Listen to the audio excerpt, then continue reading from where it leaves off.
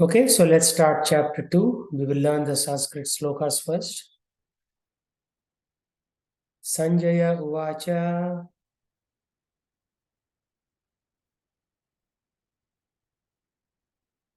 Tam Tata Kripaya Vistam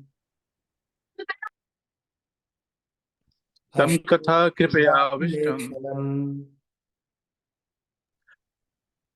Vishidantam Srupurna Yam Visivantam Vidakvatmasyam Uvacha Madhusudanaham.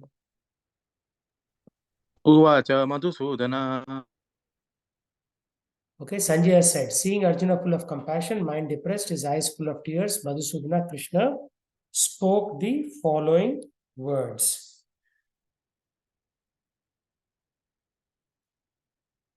Okay, please read the purport, Manish.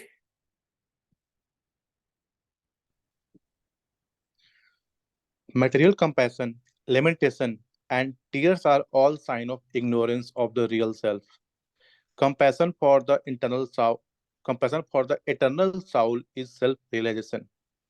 The word Madhusudana is significant in this verse.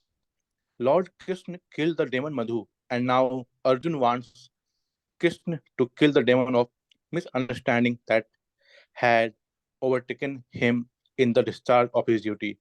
No one knows where compassion should be applied. Compassion for the dress of a drowning man is senseless. A man fallen in the ocean of nations cannot be saved simply by rescuing his outward dress, the gross material body. One who does not know this and laments for the outward dress is called a Sudra, or one who laments unnecessarily. Arjun was Kshatriya, and this conduct was not expected from him. Lord Krishna, however, can dissipate the lamentation of the ignorant man, and for this purpose, the Bhagavad Gita was sung by him. This chapter instructs us in self-realization by an analytical study of the material body and the spirit soul, as explained by the Supreme Authority, Lord Sri Krishna. This realization is possible when one works with attachment to fruitive results and is situated in the fixed conception of the real self. So in this purport, there are two important topics. One is Madhusudana, killing of Madhu demon. And now Arjuna wanted Krishna to kill the demon of misunderstanding. We discussed this last time, but I just wanted to point out because it's an important concept, so we need to talk about it again and again. Right? And the second point is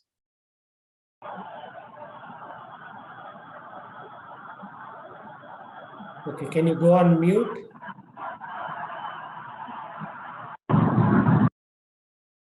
Okay, so the second point here is why was Bhagavad Gita sung? To dissipate the lamentation of the ignorant man. Ignorant people, what do? They cry for everything. Array, stock market is down, economy is down, jobs are down, this is down, that is down. For everything, the average man keeps on crying. Right? So the idea here is that Bhagavad Gita was spoken to dissipate this kind of lamentation. So these 2 points are important. One is why is he called Madhusudana and why Bhagavad Gita was sung. Okay. So those 2 points might be on the test. Shri Bhagavan Uvacha Sri Bhagavan Vacha Kutastva Kashmalam Idam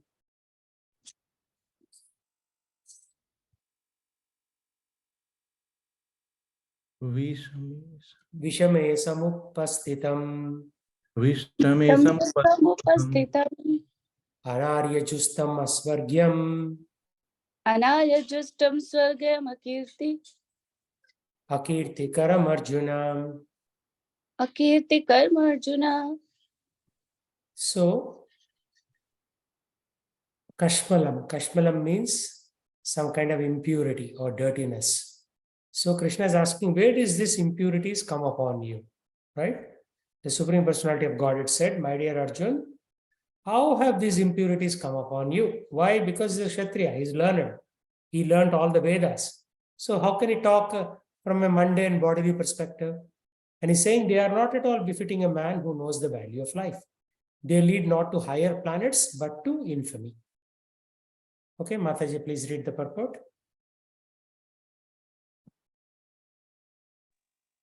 Yes, Prabhuji. Second purport. Yes. Krishna and the Supreme Personality of Godhead are identical.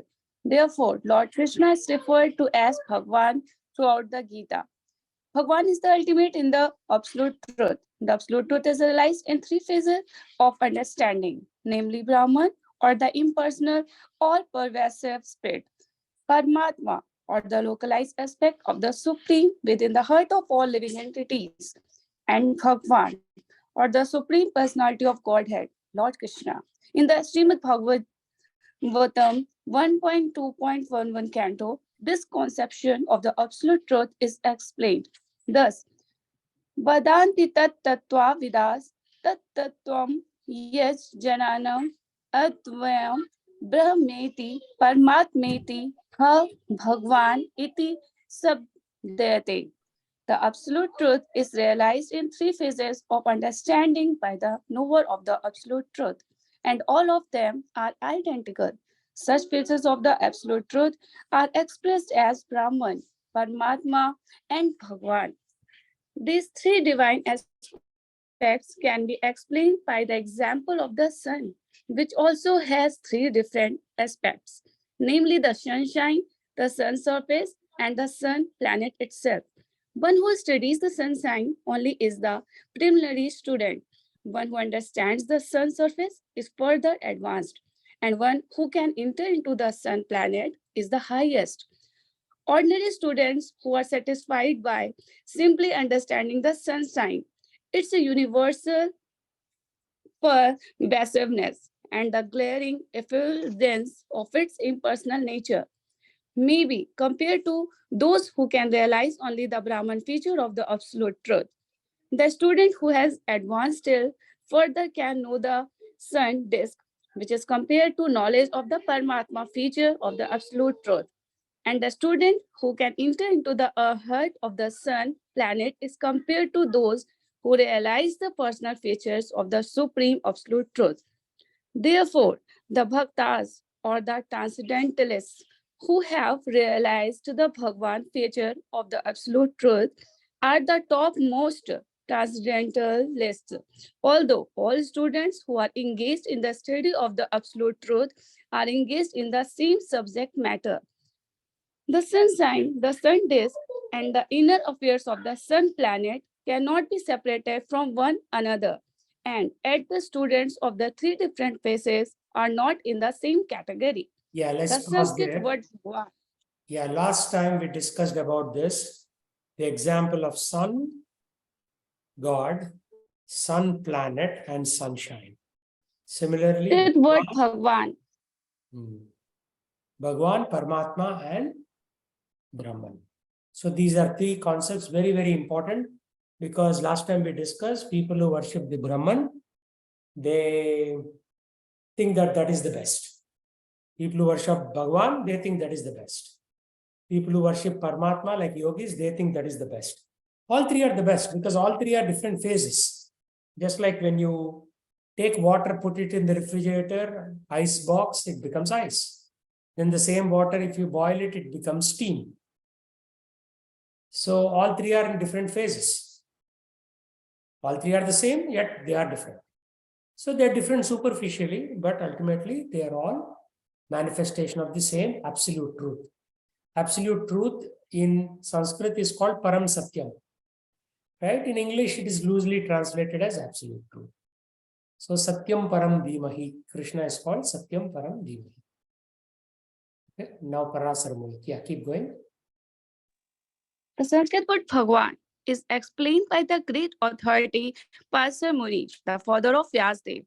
The Supreme Personality who possesses all riches, all strength, all fame, all beauty, all knowledge, and all renunciation is called Bhagwan.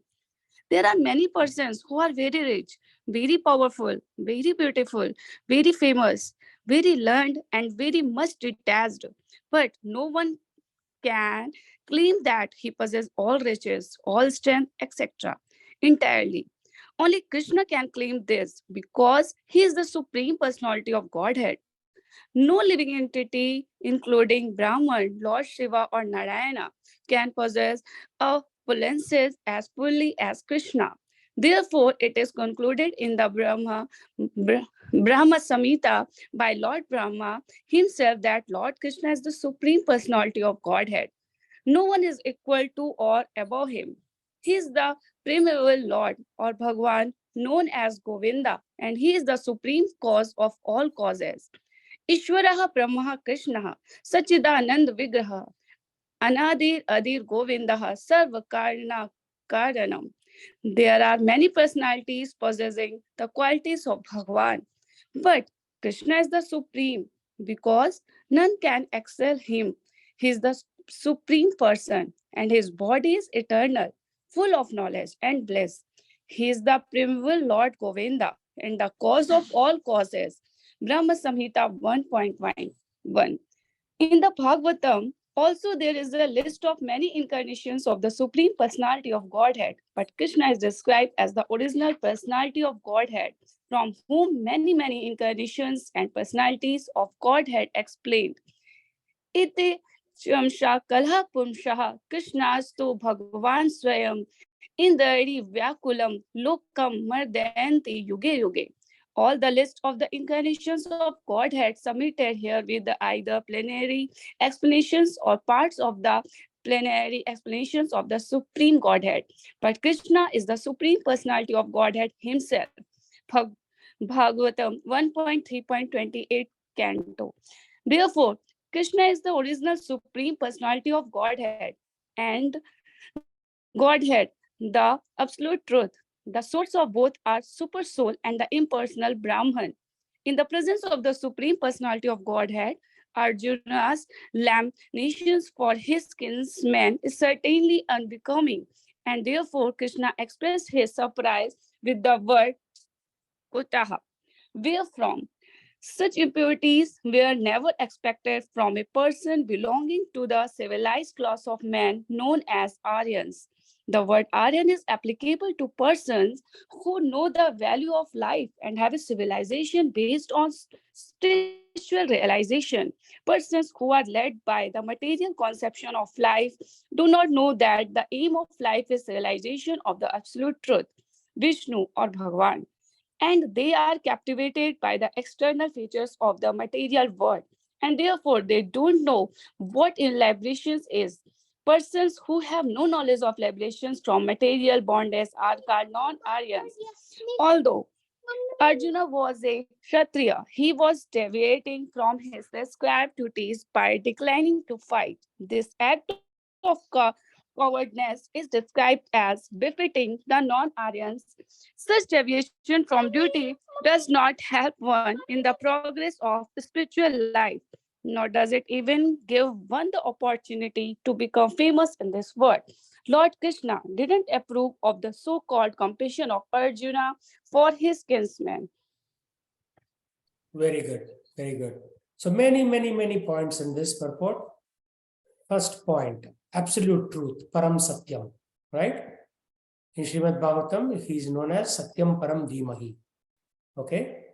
And there are three phases, Brahmeti, Paramatmeti, Bhagwan.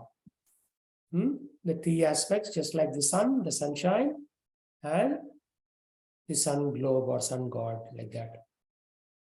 Then Bhagwan is got 6 qualities, right? See, you may have some riches, but he has all riches. Dara Singh may have strength, but he has all strength. Somebody like Bill Gates may be little famous, but he has all fame. Somebody, some movie actors may have some beauty, but this is all beauty. And somebody may have a PhD in one little topic, but Krishna has knowledge about millions of topics, right? And despite having all these, he doesn't become proud. He has renunciation. Means he says, okay, I just don't care about anything. I just give it all up like that. Such a person is called Bhagwan, right? So you can expect a question like this. What are the characteristics of Bhagwan, for instance? And Srila Prabhupada says Krishna is above Brahma, Krishna is above Shiva, Krishna is above even Narayana. Right? Shankaracharya says Narayana Paro Vyakyat. Narayana is beyond the creation. But beyond Narayana is Krishna, even in higher opulence, like that. And then this is the very first shloka of Brahma Samhita. It says Ishvara Paramaha Krishna Sachidananda Vigraha Anadir Adir Govindaha Sarva Karana Karanam. Sarva Karana Karanam means cause of all causes. Right? Your parents are cause of you. Their parents are cause of them. If you keep on going up, the first cause is Krishna. So he is our great grandfather, basically, Krishna is. We are all his, in his family. So that is why after initiation, you will come under Achyuta Gotra. So right now, I have taken initiation, so I come under Achyuta Gotra, Krishna's Gotra.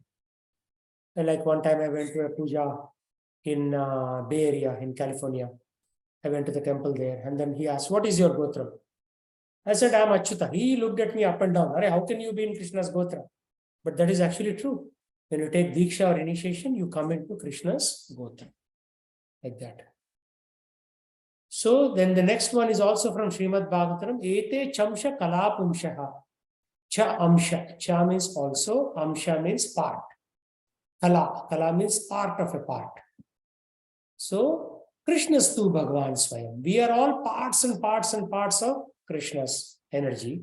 But Krishna is ultimately the Bhagavan.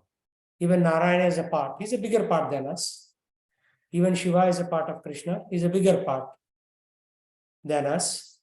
But we are also parts and parcels of Krishna. Right? Plenary means like a portion. Plenary is like a British English, which means portion. So we are all parts of Krishna. The material nature is a part of Krishna. Even Shiva is a part of Krishna. Even Narayana is a part of Krishna. So who is this Krishna? He's 100%. Everybody else, like, Ram could be like 92%. Shiva could be like whatever the percentage is given in Chaitanya Charitamrita. It's something like 80%. No, exactly. I don't remember these percentages, but you can research that in the Chaitanya Charitamrita. It is given in great detail. So, he is the source of both the Paramatma, who is sitting in your heart. So Krishna, people say, oh, God is in your heart. Actually, full Krishna is not there. One portion of him called Paramatma is sitting in our heart. Right? Like in one old Hindi movie, it says, Pehli pukar Paramatma ki hoti hai. Means like the very first act you get is from Paramatma. Once I got into my car and I felt like I should not go. That is the Pehli pukar. But I still went and I got into a car accident. You see the thing? Paramatma is always giving us instructions, but we are so stupid that we don't follow instructions. So, in the heart, Paramatma is always speaking to you. Don't do this, do this, don't do this. Most of the time, he will ask us not to do, but we still insist and we do these things and we fall into trouble. Right? So, Paramatma is also a fraction of Krishna. So now, Kuta. Kuta means where from. Just like in Hindi we say Kidhar se aaya. Or Kute in Marathi, Kute, right? Like that. So all that comes from the Sanskrit word Kutaha. So Krishna is asking Arjuna, where did you get these impurities? You are from an Arya. Why are you talking Anarya Justam? Anarya means you are talking like an anti-Arya. Where did you get these impurities from? Krishna is challenging these people, right? I mean, he's challenging everybody, including you and me, but he's using Arjuna as a proxy. Proxy means because he cannot talk directly to us, he doesn't have time to talk to all billions of people. He talks to Arjuna, and that's documented in Bhagavad Gita. Indirectly, he's talking to all of us. He will talk as a guru outside through the Bhagavad Gita, and he will talk as a Chaitya Guru inside as Paramatma. So both ways he's always talking to us, giving us instructions, but we are so foolish, we don't pay attention. That is the thing. So when he's saying, hey, Arjuna, where these impurities are coming, he's also talking to us. He's saying, hey, dear soul, where are these impurities coming? Quickly purify yourself. So we have to purify our soul. That is the whole purpose of Bhagavad Gita, Srimad Bhagavatam, all the acharyas, the gurus. Purpose is only one, to purify the soul so the soul can go back. But we are very stubborn, right? We are very stubborn and we don't listen. I mean, we listen to some instructions, but other instructions we don't listen. And then Prabhupada transfers cowardice. Cowardice means somebody who is afraid of things. Right? So he said cowardice is characteristic of non-Aryans. You are an Aryan. Arya means you have to fight. Arya means somebody who understands the purpose of life. Purpose of life is what? Anybody know? To go back to Godhead. Oh yeah, but before that, what is the purpose of life? Go back to Godhead is eventual purpose. Self-realization. Yeah, but even before self-realization, there's one more step.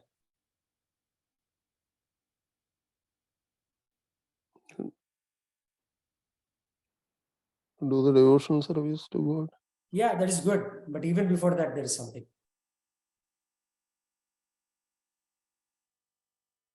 At present time, what our duty, we should do that. Yeah, but before that, there is something.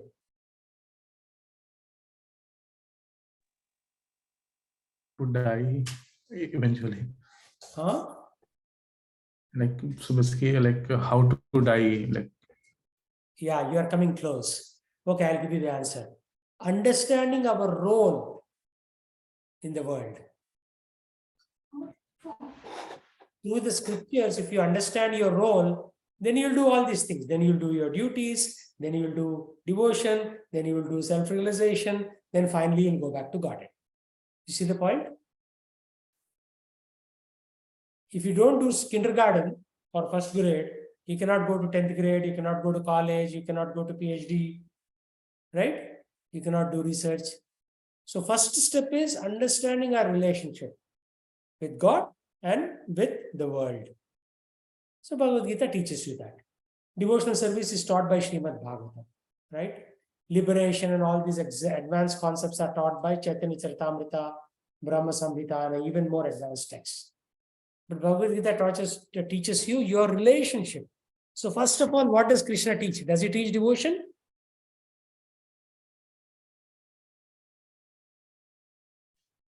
He teaches in second chapter that you are a soul, right? So he gives the basics. Who am I? I am a soul, right? So based on this background, then he goes to advanced topics. Devotional service is not even taught until chapter 10. And renunciation is taught in chapter 18. Of course, there is a sprinkling of renunciation throughout Bhagavad Gita to give up, give up, give up. But we are not willing to give up. We hold on. Oh, this is my car, my house, my this, my job, my family, my kids, my this, right? But by chapter 18, he says, give up, give up, give up. Sarva dharman parityaja. Give up everything. Give up your duty of a husband. Give up your duty as a wife. Give up your duty as a mother. Mamekam sharam raja. Just simply surrender unto me. Aham tvam sarva papebhyo. I will get rid of all of your papam, sins. Mokshasyami masuchaha. I'll give you moksha. Right? But if you directly say that to somebody, most people won't understand. What is this moksha? What is this duty? What is dharma? So that's why gradually he is teaching. First, he teaches that who are you? Who am I? That is science of the soul in chapter 2. Right? So understanding who am I? What is my relationship to the world? That is the step one. All these other things will come. Directly people want to go to devotional service, liberation. And then after 1 hour, again things come back to normal. Once inspiration goes away, right? So that is why we have to take step by step, krama kramena. Step by step, if we do, Then by the time you come to chapter 18, then you are like, okay, now I understand who am I. My job is devotion. My goal is liberation. My goal is service to the Lord, attaining love of God. So all these things will make sense. Otherwise, on day one, everybody, like first half an hour, they'll be inspired.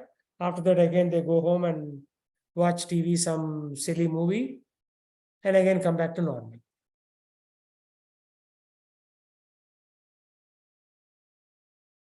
So that is Krishna's purpose. So we are all becoming cowards. Cowards means we are all afraid of everything and anything. Right? An average person, what do they talk right now? Oh, what will happen? Ukraine war. Oh, what will happen? Gas price rising. Oh, what will happen? Jobs are getting laid off. Oh, will my house be foreclosed? Right? If you don't have a house, it's a problem. If you have a house, it's a bigger problem. Because you're always afraid that the house, if you cannot make payments, you'll be on the streets. Especially in America. In India, we never had that problem. My father built a small house. We used to live there. Nobody can kick us out. But here I have a mortgage. People can kick me out. Right? That is the way American economy runs. First, they give you a big house. And then monthly payments. Because of monthly payments, we all work like donkeys. Because if you don't work, you won't get money. If you don't get money, you cannot pay the house. So they always put you through stress for the next 30 years. Everything Huh? everything is on credit. Yeah. That is by design. By design. So first we should understand who am I. Then you will go through, simple lifestyle. So now I was researching today. This home, mobile home, which I might put on my farm, is only 151,000, right? So if you can buy such a home with cash, just put it on the farm, live simply, then you don't have mortgage, no nothing, right? And then you can grow your own crops on the farm. That's why I earned enough money, I bought a farm. Now I'll buy a home, then I won't have mortgage, I don't have nothing, right? Simple. So simplicity is what Prabhupada taught us. Because in order to do devotion, if you're always under stress of mortgage, then you cannot do devotion. Yeah. So all these things, Prabhupada not only taught us the highest knowledge of devotion and liberation, but he also taught us practical things. He said, go live on a farm, lead a simple life. Okay. 2.3. Klebhyam masma ghama partha. Klebhyam masam gama partha. Naitatvayi upapadyate. Etattai patate. Upapadyate. Upapadhyate. Shudram hidaya dhaurbhalyam. Rudram hridaya daulabhyam. Not dhaurlabhyam, dhaurbhalyam. Bala means strength, dhaurbhalyam means weakness, lack of strength. Labhyam means you are getting something. Okay? Tyatvo tishta parantapam.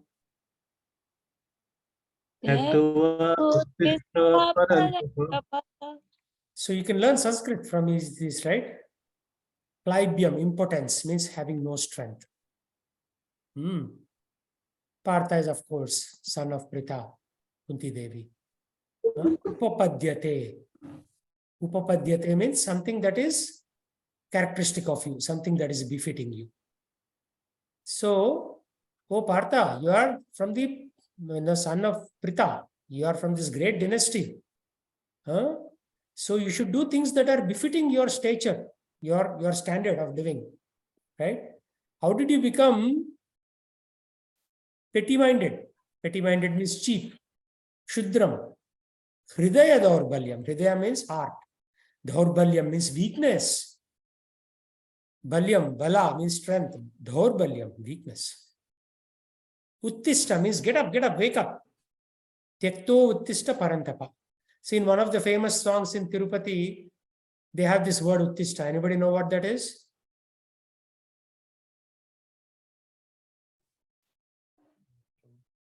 Sri Venkateshwara Suprabhatam. Uttishta Garudara Uttishta Kamalakanta Trailokyam. You know this verse? You can look it up on YouTube. So Uttishta, we wake up in the Lord every morning. Here, Lord is waking us up. Oh, wake up. You petty-minded fellow, he's saying Arjuna.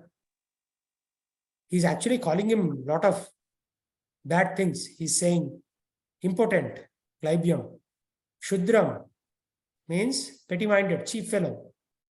Hridaya Daurbalyam, how did you get this weakness?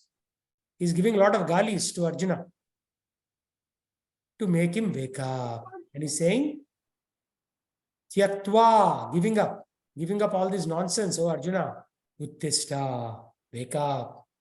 And Parantapa means somebody who chastises or disciplines enemies. He's saying, give up your weakness of heart, O Arjuna. Uttishta, wake up and chastise the enemies. You see the point? Krishna is so sweet. Even when he's yelling at us, even when he's giving us galis, he's also very sweet. So he's saying, O son of Pritha, do not yield to this degrading impotence. It does not become you. Give up such petty weakness of heart, O chastiser of enemy. Right? So Krishna is very kind. Okay, Sunil, please read the purport.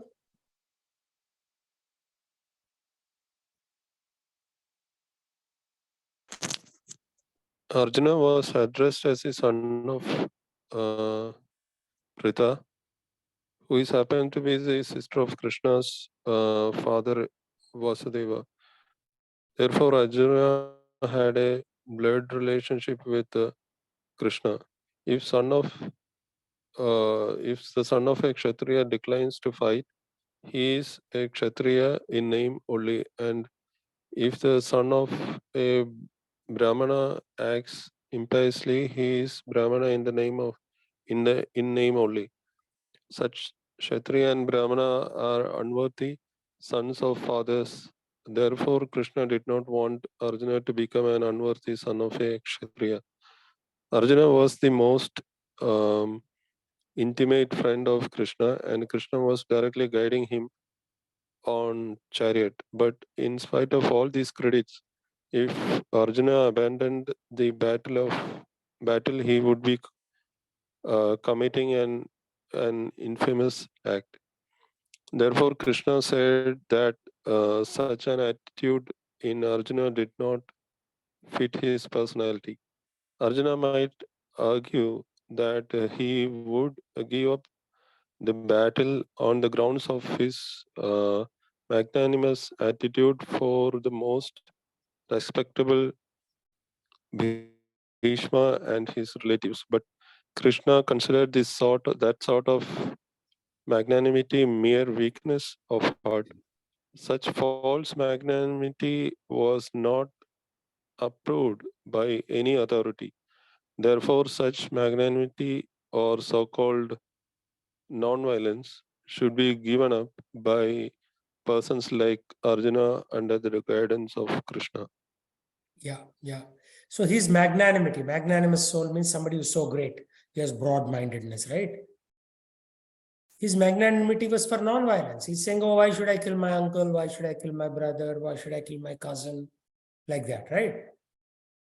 Because once battle starts, it's anybody guess.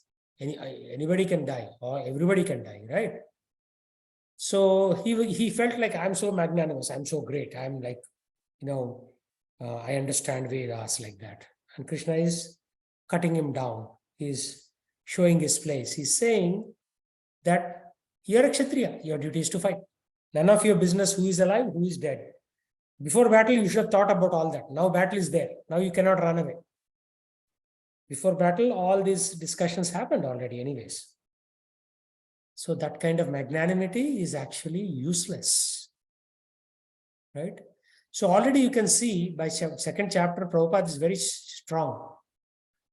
He's already giving Arjuna a lot of galis and he's giving us also a lot of galis. Because we have all these magnanimous thoughts, right? Oh, I should not hurt this fellow. I should be very nice to neighbors. But what is your dharma? Your dharma is something higher. Your dharma is for getting out of this material conception of life and taking to spirituality. But instead, we are all being like kushy. We are all brothers. We should all be nice to each other. That kind of nicety doesn't work. Krishna is saying, get out of this material world. Come back to me. Because what will happen if you're always nice, kushy in throughout your life, and then at the time of death also, you will have some attachments to the material body, and then you'll think of some material things like your child or your mother or something, your house or your dog, and then you'll come back. Again, you take birth. So Krishna wants us to be totally sick and tired of the material world. Totally. Right? Initially, it is good to be attached to your family to a point. After that, you should give that up. Because otherwise, you'll take birth again in the family. You'll be your son's son or your daughter's son or daughter's daughter. Right? In this lifetime, you may be a woman. Next lifetime, you may become a man. So, Prabhu, Yeah. so Prabhu, we are not Kshatriyas or Brahmanas. We are what Sudras. Or, Well, we are Shudras, but did So- Krishna say you can be a Shudra all your life? No. You can elevate yourself. Shudra can become a Vaishya. Vaishya can become a Kshatriya. Kshatriya can become a Brahmana. Okay, Manish, you have a question. Yeah, Prabhu.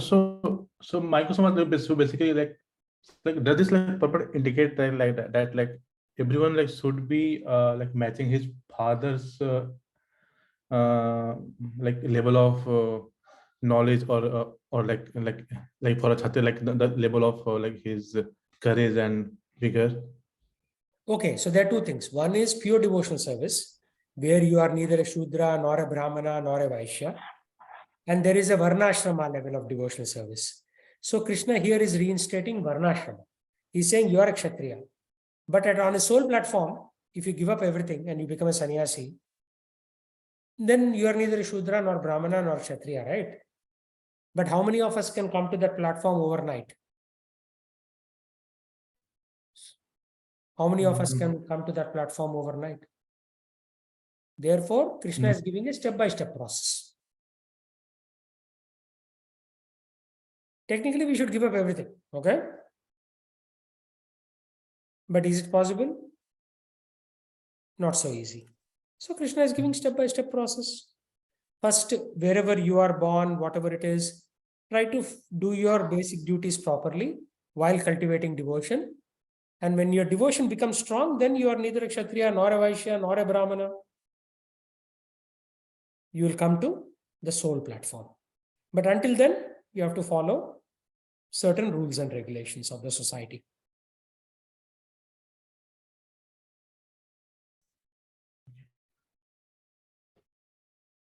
Right? Yeah, Prabhu. Yeah. So we are not ready. Let's face it, we are not ready.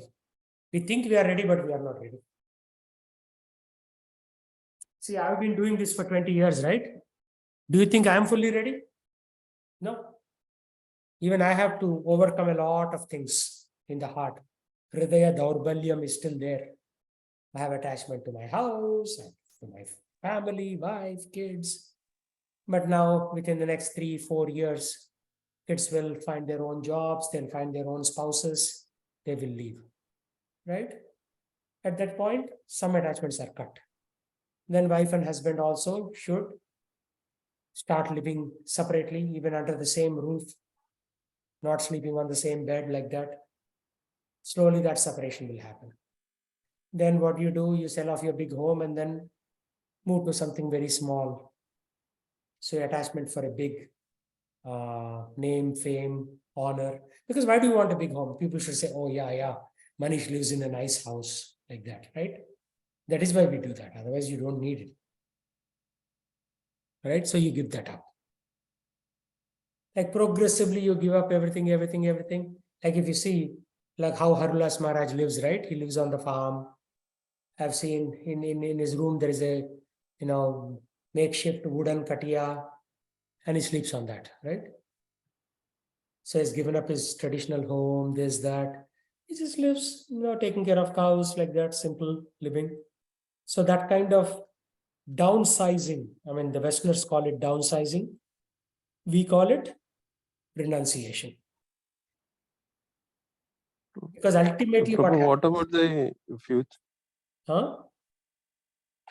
Prabhu, what about the future generation? If future generation will Future generation, blame what about us, you? right? You are taking care of yourself, right?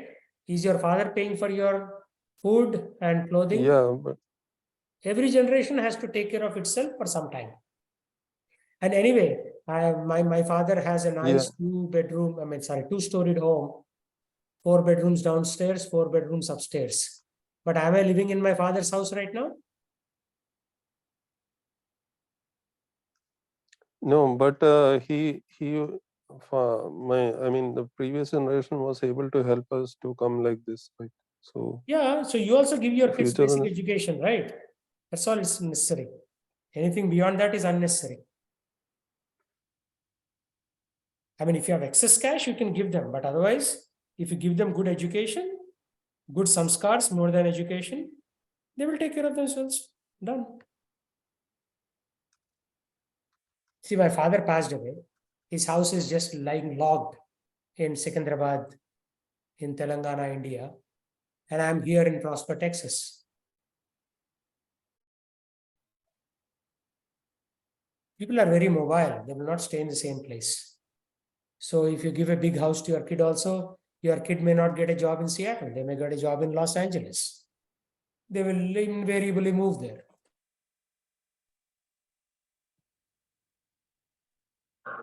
Prabhuji, how we understand about the sanskar for anybody or anyone? How we Sanskar understand? means you have to teach them the positive things, right?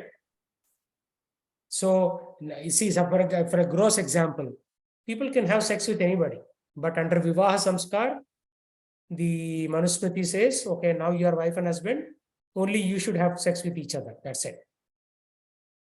Right? So if you have sex with anybody, that is like a dog level, animal level activity. But then when Vivaha Samskar is given, then you only stick to one partner, like throughout your life.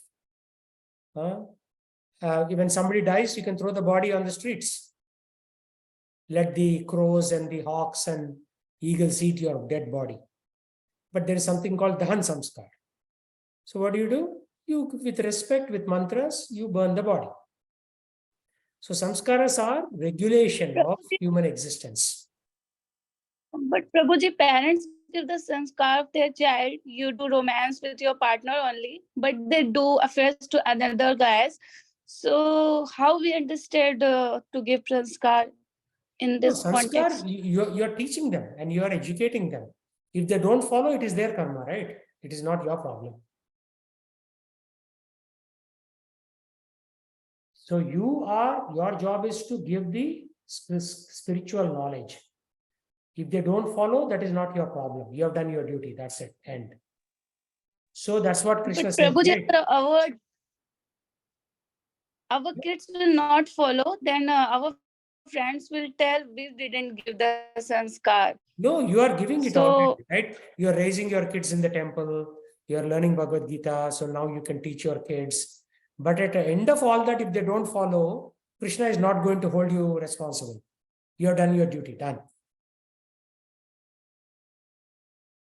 This is a how we classic stop the question. person? Every devotee in ISKCON, every devotee who is a Hindu asks this question.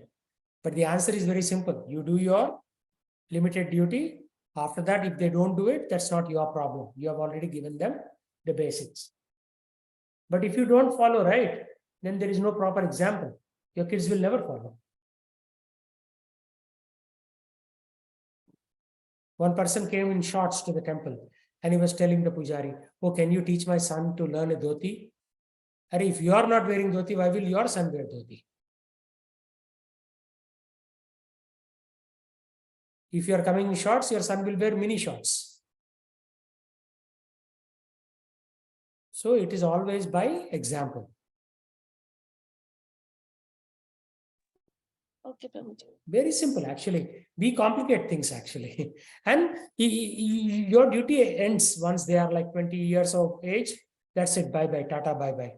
Let them be on their own. Let them earn their own money.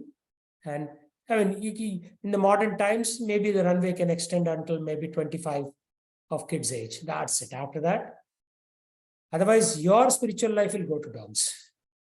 After that, detach, leave them alone. Let them. It's like, when the mother bird feeds the baby birds, she doesn't feel for very long, only for a few weeks. After that, the baby bird gets wings and flies and tries to find its own food. Only in these human beings, we have this disease. We are attached. Oh, my grandkids. Like one lady was telling me in some Amish temple, my granddaughter's daughter is not getting married. I'm very worried. I said, did you get your daughter married? Yes. End of story. Now let your daughter marry her daughter. Let your daughter's daughter marry her daughter. None of your business to worry about your great granddaughter. This is foolishness of human beings. Cows don't do that. Birds don't do that. Snakes don't do that. Only human beings have this excessive attachment. Prabhu, what about children if they have to take care of their parents, right? Otherwise, society will say that that Yeah, guy you take is care of not your parents. taking Did care I of his say you don't take care parents. of your parents? You let your children go and do their own work, and you take care of their parents till they die, while chanting Hare Krishna and while teaching Bhagavad Gita to others. Like my mother came and stayed with me, right? Now she went back to India. For 9 months, she's handicapped, right? So I have to give her breakfast, lunch, dinner, wash her plates, wash her clothes. I did all of that. But that's not stopping me from teaching you Bhagavad Gita. That's not stopping me from chanting Hare Krishna. Yeah, renunciation doesn't mean becoming a sannyasi and running away into the forest. Renunciation means while living in the city, you're not attached to anything.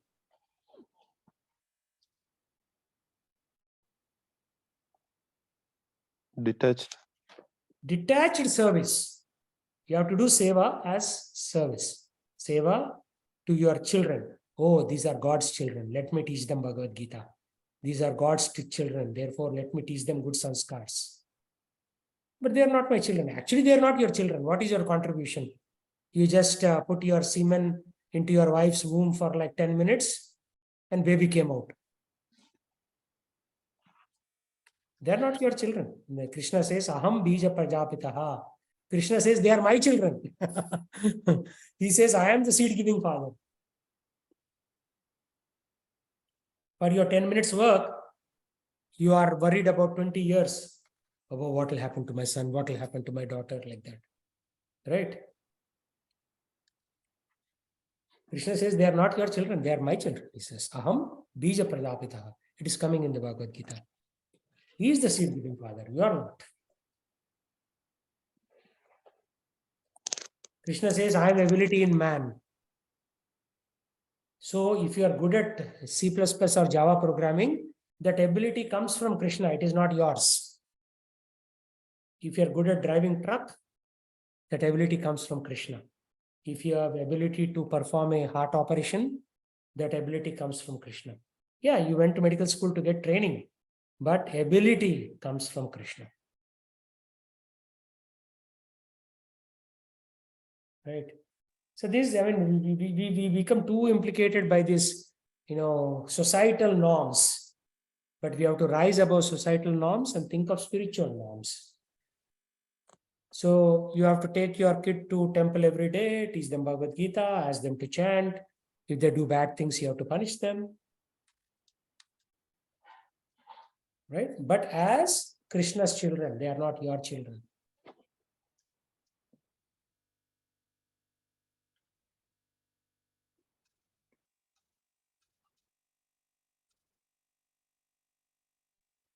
And then when the right time comes, bye-bye, sweetie pie. You find your own job. If you are able to, find a spouse for them. If they find a spouse, get them married. Bye-bye. And after a while, husband and wife, they just do preaching, like Bhagavad Gita, cooking for the Lord.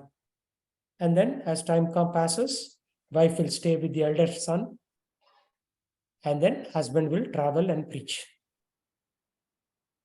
I'm not talking about now. Your kids are too young. I'm talking about 25 years from now, 20 years from now. So you travel and preach. So every Saturday I go on Nagar Sankirtan. Then nowadays I started going to the farm and cutting down trees and growing some flowers. So my focus has shifted. Although I'm working, my real work is for Krishna.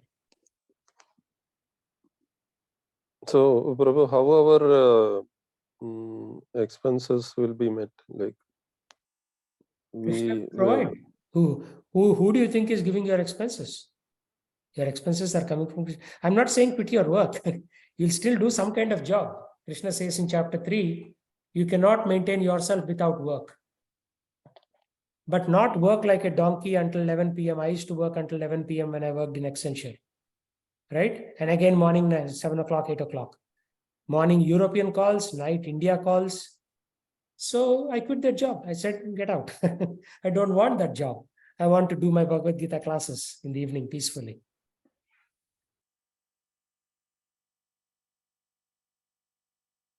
Right? Expenses will be met by Krishna's arrangement. He is giving us the resources. Who is feeding the birds? Krishna. Who is feeding the animals? Krishna. Who is feeding you and me? Krishna. You have to do some work, but work should not be a hindrance in your spiritual progress. This is what is tricky. People think that once you come to devotion, they will run away. Where will you run away? Even if you go to Himalayas, you still have to maintain your body.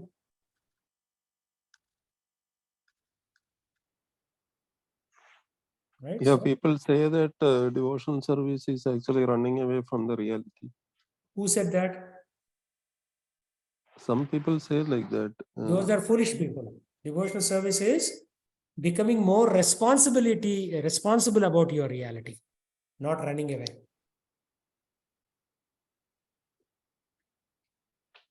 Right? It takes me a lot of effort to give this class, right?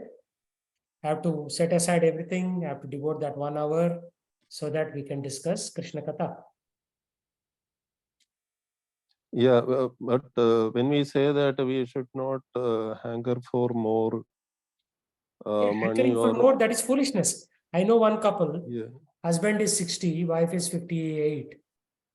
They are still hankering. And guess what? They don't even have kids. And I'm like, what are you hankering for? In another 5 to 7 years, you're gone from the face of the earth.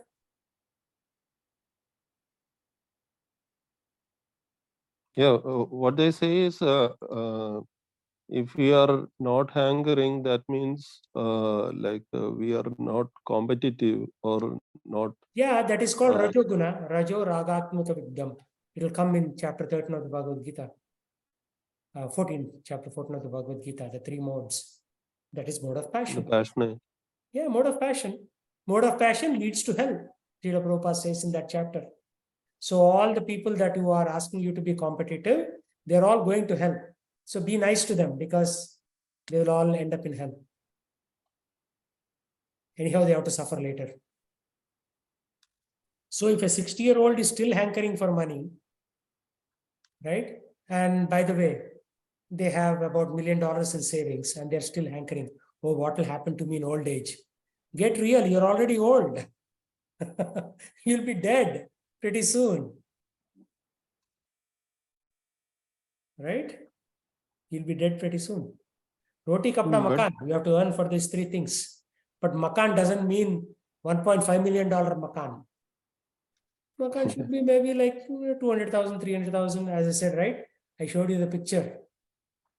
With this makan, buy a land, 1 acre for say $30,000. Put this makan on top of it, and then you won't have a mortgage. That's why I'm researching all this, so that I can have a makan without mortgage. Yeah. Yeah, those people are like more worried about the prestige, so society status. That is the main point. They are worried about prestige. That's it. Yeah, they are worried about like who will come for their funeral also. For Who the will extremely come? rich, for the extremely rich, very few people will come for funeral.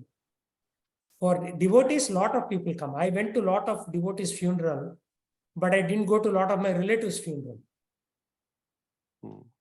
Because I know my relatives were very proud. I said, why should I go to their funeral? But for my devotees, I go.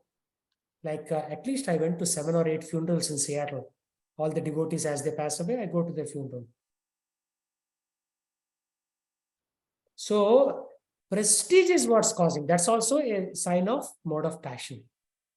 Name, fame, right? So it's useless. I mean, this whole thing is like a game where you are all your life you're running after prestige, and when you're dead, people said, "Acha hua, mar gaya sala." He's gone. They won't say, "Oh, poor fellow, he died." They'll say, "Good, good riddance. He was so proud. It's good that he's dead." I've heard this from many people.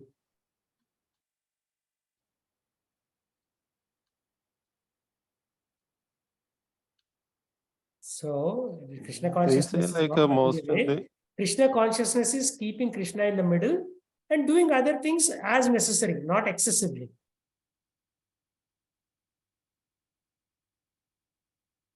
See, Krishna has given you nice abilities to work in IT. You get better salary than most Americans. So what are you complaining?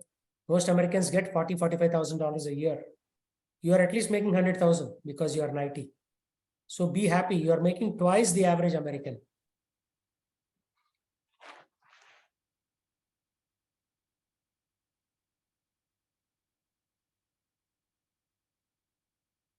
Because my neighbors in the farm, I keep talking to them.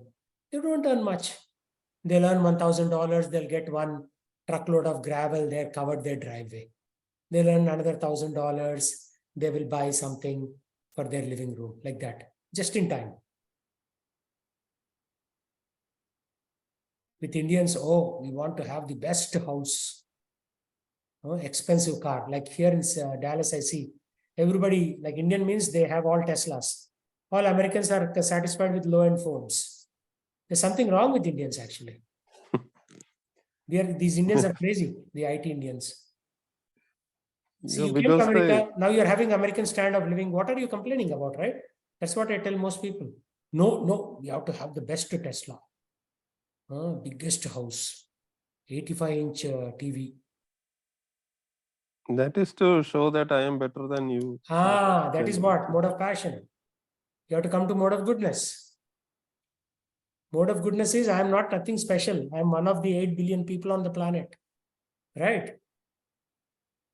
Yeah, Prabhu, but if I am living in a society where 99% of people are in the mode of passion, then it's very difficult to stay away from there. And So that's why I moved to the remote rural areas. Like I have a farm 50 miles from my home. 3 of my neighbors, one is electronic salesman, one is a mechanic, one is a tree farmer. He basically grows trees and sells them. All 3 of them are much simpler than the average Indian coming to America. These are white Americans born in America. So associate with people who are simple. Don't associate with people who are already complex. See, in my road where I live, all the people are competing with each other, right? Who has the best car? Who has the biggest TV? So I live here, but my consciousness is there on my farm because I know that my neighbors there are much simpler folks. Very simple people. yeah, correct. In house, in our in community gathering also, all the people are talking about these hi-fi things only. So Yeah. Like, all the average in Dallas, bunch of Matajis will get together who have no yeah, knowledge of Bhagavad society Gita. gatherings. Yeah, one person says, oh, I bought this necklace for 7,000. One person says, I bought this necklace for 20,000. And then the other person is thinking, okay, next time I'll go, I buy a $40,000 necklace and outdo all these Mataji's. See, the necklace comes from the neck where your Adam's apple is all the way till middle of the breast. That's how big necklaces people wear. Because they want to show off that they are superior to the other women.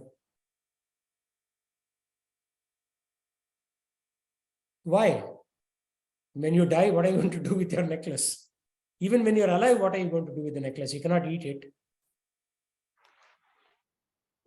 No, their philosophy is like we live only once, and when we are alive, That is enjoy why to the Bhagavad Gita maximum. chapter 2 says you don't live once. You have millions of lifetimes. You have a multi-million lifetime career. If you live only once, what they are doing is perfect. You get the point? Yeah, If that's you live what only they once, believe. what they are saying is perfect. Yeah, because they don't have knowledge, and they will ask, is Yeah. there any proof? So now you three have knowledge. So you behave differently than those guys. Like, my wife's sister was saying, oh, why does your husband wear these cheap t-shirts? He should buy polo t-shirts. So by wearing polo t-shirt, do you think I'll become something special? Polo t-shirt is like $55. Normal t-shirt is $10, $15, right? Have I The suddenly glamour. become something different? You will become Because more she's glamour. not very wise. She's not very wise. So she's telling my wife, so to ask me to wear more expensive t-shirts. Yeah. So how much respect do I have for such an individual? Not much, right? The viewpoint is different, right? Prabhu? Yeah. Yeah. So change your viewpoint. That's all it is. You change your consciousness from matter consciousness to spiritual consciousness. So average person thinks that if they wear like a, like what is that? 1 crore that Kapoor's. There is one heroine, Kapoor. She's, I think, Shammi Kapoor or Rishi Kapoor's daughter or somebody. Her sari for marriage was 1 crore rupees. Katrina Kapoor. Kareena Kapoor. So for 1 crore for one evening, right? You're not going to wear your marriage sari again in life. You'll put it in your almirah, safekeeping. 1 crore. Silver lining, gold plating, this, that. Right? So it's like that. That is foolishness. So you don't get into that foolish trap. You are superior because you're learning Bhagavad Gita. I mean, you are superior than 99% of the world's population. That much I can tell you. If you're learning Bhagavad Gita, you are cream of the cream. So you should set an example to these people. And then they will come and ask, oh, why are you doing this? He said, I don't need to. Well, how will it help me? Huh?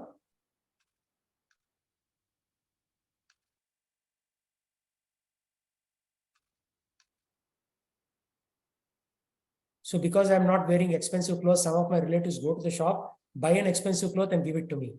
And then I stack them all in my almirah and I wear my regular clothes. And they're like, what is this guy? Why is he not tempted? And I'm like, no, I don't need to be. Just by wearing something superior doesn't make me superior. First of all, I'm not even the body. I'm the soul. Right? So this is called Divya Gyan. Right? Divya Gyan, Hriday Prokasito, Prema Bhakti Yaha Hoite, Avigna Vinasha Jate, Vedega Yahara Charito. This is the Guru Vandana, right? We sing in temple. Yeah. Yeah? Yes. So this is Divya Gyan. This is not ordinary Gyan. This is not biology, chemistry, physics. Of course, you need biology, chemistry, and physics to survive. Right? I'm using the laptop, which is a invention of plastics casing. a glass screen, Intel chip, inside electricity. But all of this is just a means to an end. This is not the end. Yeah. Like yesterday, my nephew was watching in TV, which had like 4 cameras in the back of your telephone, mobile phone. So are you going to take 4 movies with 4 cameras simultaneously? So people are going crazy actually. Then somebody will come with 5 cameras, somebody will come with 6 cameras, all to show off, right? It's foolishness. I mean, I also have a phone. I take various videos of my farm and all that, post on YouTube so that others can also get inspired to do those things. So camera has a utility, but 5 cameras, what are you going to do with 5 cameras?